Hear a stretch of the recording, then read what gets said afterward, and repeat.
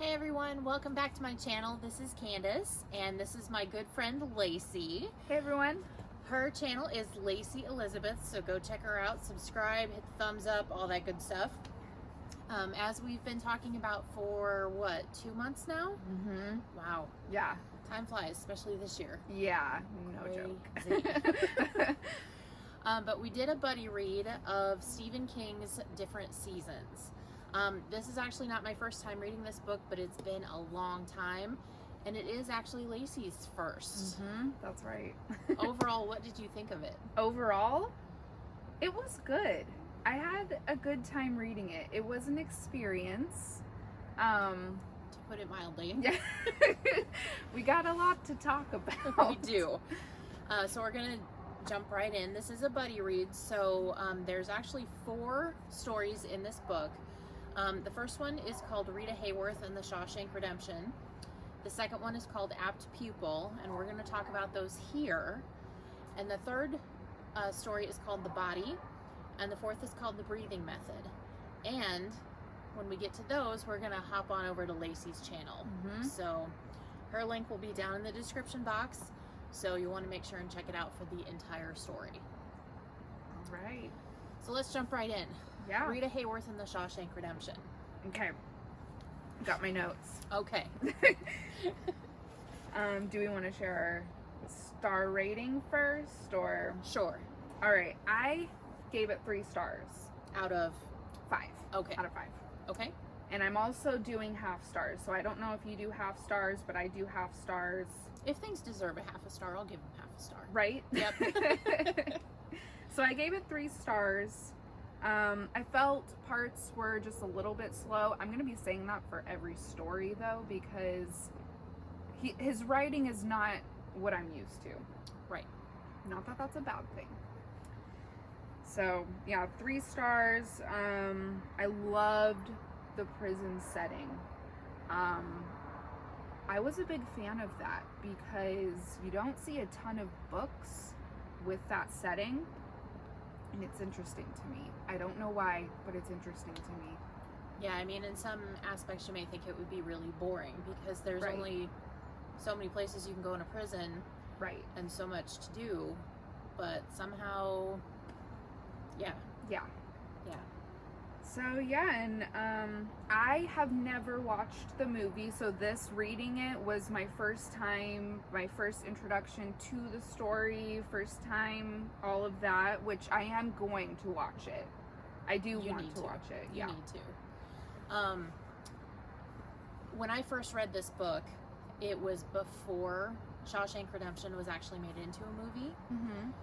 So I had some reservations going into it because, as we've talked before, I typically like the books of things better than the movies just because my imagination can take it a little further than what I feel Mm-hmm. Hollywood can do with it. Right, makes sense. Right. But the casting could not have been better for this Right. particular movie. I mean, Morgan Freeman is Red, and it's amazing. It's actually one of my favorite movies. And I've seen it so many times that, like, this was a quick read for me. Uh-huh. And it's not that different from the story. Oh, good to know. They did a really good job with keeping it sort of very close. Good to know. Yeah. I would give this particular story probably 4 stars Okay. just because I really enjoyed it. I love the movie, and it moved along quickly, but not too quick and not too slow. Mm-hmm. It's Makes just sense. like the right amount of detail.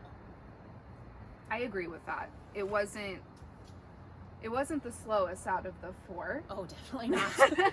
So I agree with that. And honestly, I think I enjoy reading after I've watched things too. So I think I'm going to watch it and possibly reread it, which, who knows, my rating might go up or down. Who knows? Mm-hmm. But yeah. Yeah. What do you feel was like the overall theme of Rita Hayworth and the Shawshank Redemption? Oh my gosh. That's a tough question. I apologize for the background noise. You know, that's a tough question, and I don't know if I have an answer for that, because, you know, me reading it, I'm just like, okay, what's the ending? You know, in any story, I'm like, okay, I'm always looking for that twist, that awesome ending.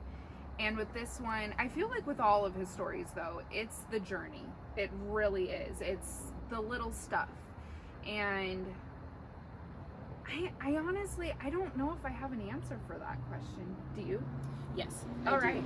I want to hear it, because I feel, and this is coming from a place of having read the story and watched the movie, the overall theme is hope.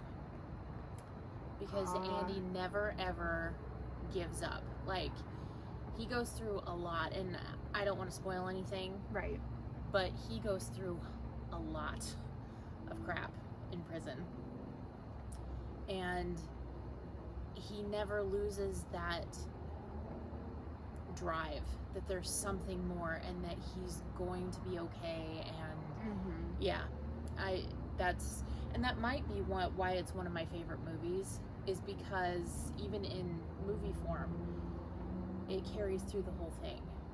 And it kind of takes you, it shows that there's bad points, but it shows overall how much, if you really want to keep hope alive, you can keep hope alive.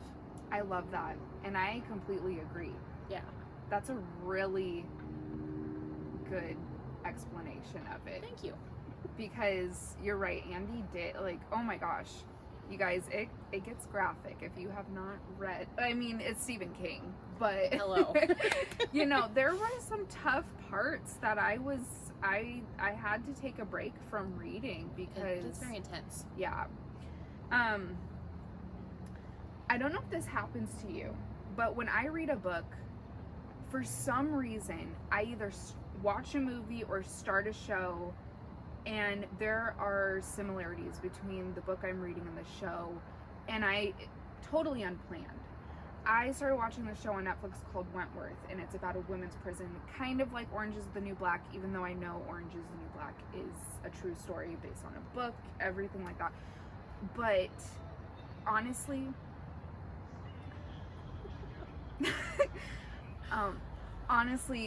reading the book based in prison and then watching the show, I don't know, it does something for me. It really puts me, I don't know. Do you ever do that? It drives it home. Yeah. It's like, I can visualize this more clearly, because you kind of immerse yourself in it. Yeah. So, and then it Completely sticks in your agree. head the whole time, and you can't sleep because you're thinking about it, and it disturbs Right? you. And, Yeah. So true. And, okay, so I can't read stories like this or watch scary movies at night. I just can't. I'm a classic textbook overthinker, and it gets in my head, and I cannot sleep. And sometimes it's more than one night that I can't sleep because I'm thinking about it. So I know myself well enough. Not at night. Not at night. Yeah. I am not that way. I am the one that I like to be scared. I like all the spooks and all of that. I still don't sleep well at night, but I still put myself through it for some reason. Are you one of those people that turns on a scary movie to fall asleep to? Yes. Okay. Or a scary show. Yes. Well, last night I fell asleep to Hocus Pocus. So well, that's not scary. No, it's not scary. No. No. It's very calming, actually. I love that movie. I love that movie. That's a whole other topic. Yeah, we'll talk about that later. Yeah. Maybe next year. Since tomorrow's Halloween. Yes. Yeah. Which, happy Halloween, everyone. Yes. I hope you guys are having a great holiday. Safe holiday. Or Saturday, whichever. Right? Yeah. But yeah, that's all I really have to say about Shawshank. Is that wrap it up for you? I think we covered it. Cool. Yeah. So the next story is the second story in the book, and it is called Apt Pupil. There has been a movie made about this one. I have not seen it.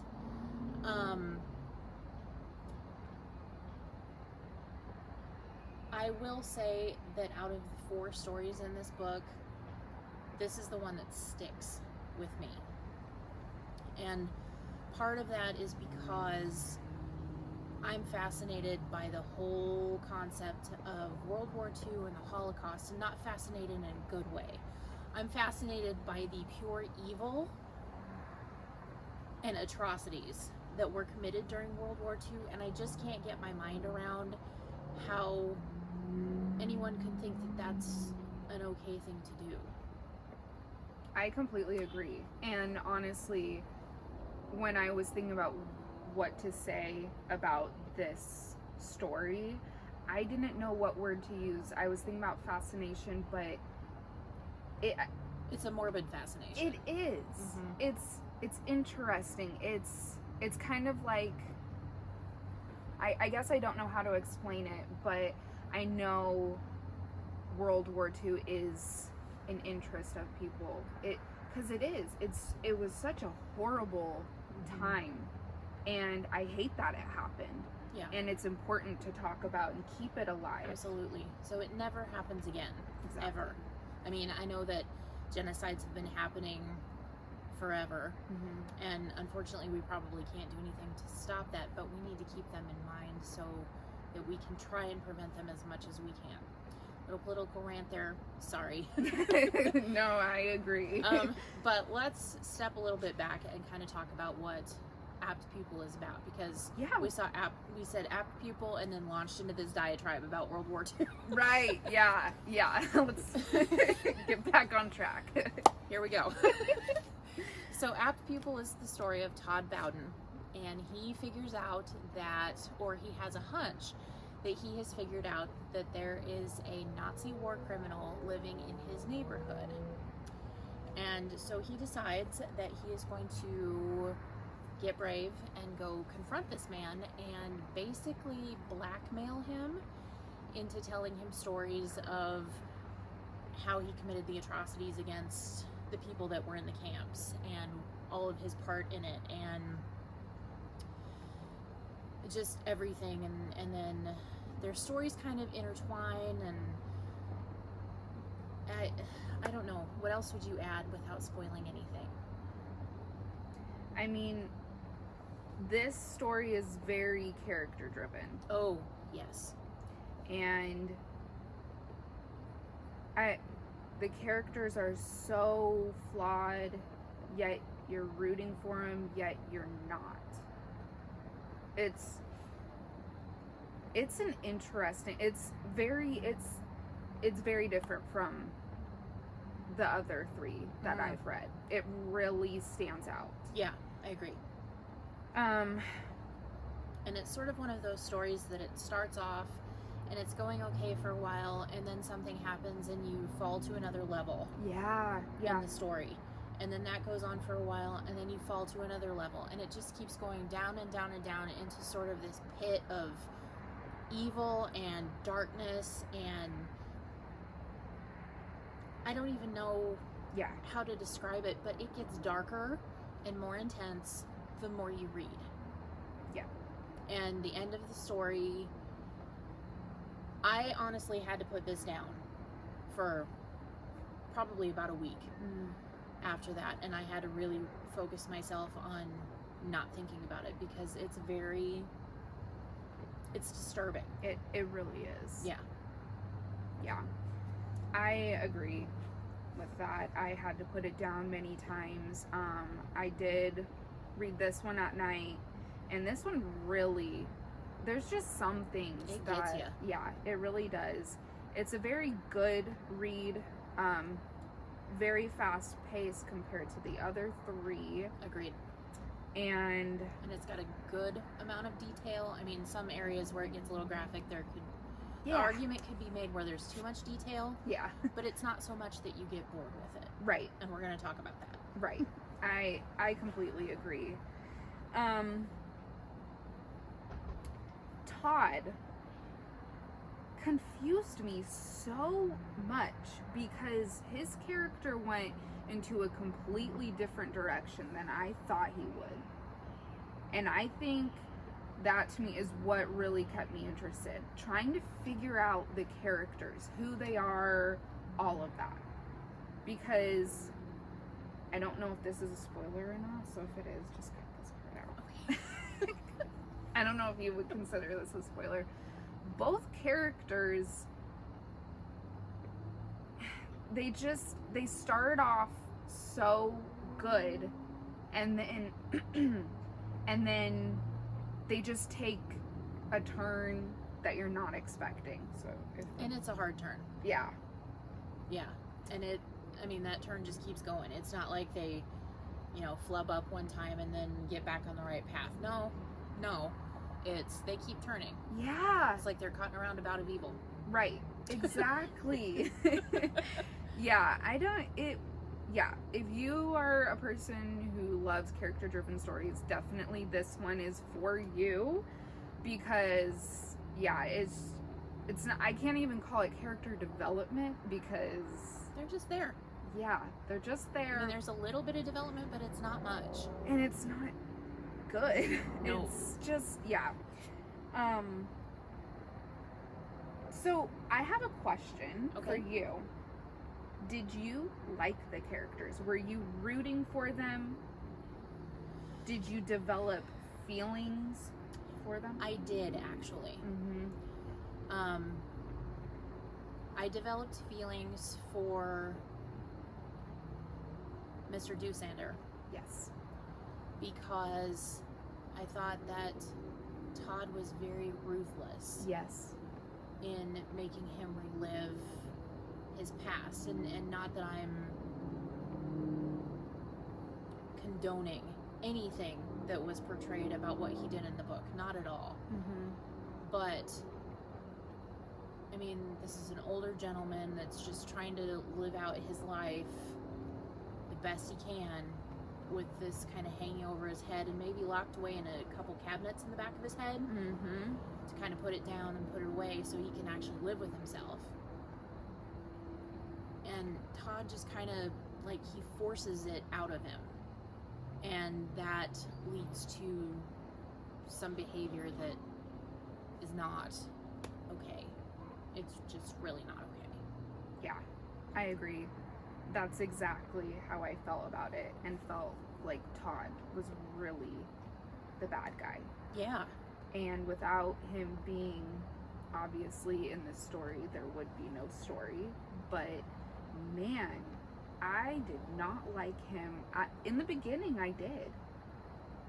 I thought he was always kind of, like, pretentious and cocky a little bit. Like, oh, well, I'm better than you are, and you're going to tell me these things because blah, blah. Right. Well, yeah. No.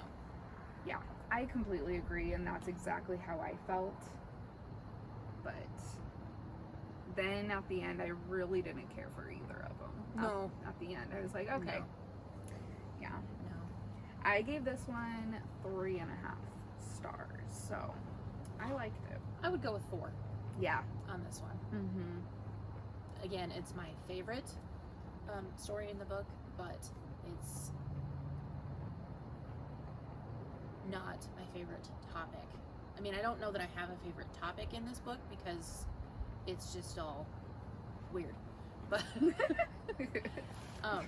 but yeah, it's my favorite story just because it keeps moving.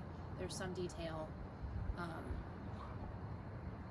The characters in it are just, they're very relatable almost. I don't even think that's the right word. I know what you mean, though. They seem real. Like, you can connect with them. Yeah. So. And as I said, there is a movie by the same title. Sir Ian McKellen played Mr. Denker. Really? Yes. And Brad Renfro played Todd. I'm not sure who that is. He died 2013, I want to say. Okay. But they changed a lot. From the book to the movie, changed a lot. So, yeah. Yeah. Anything else about Act Pupil?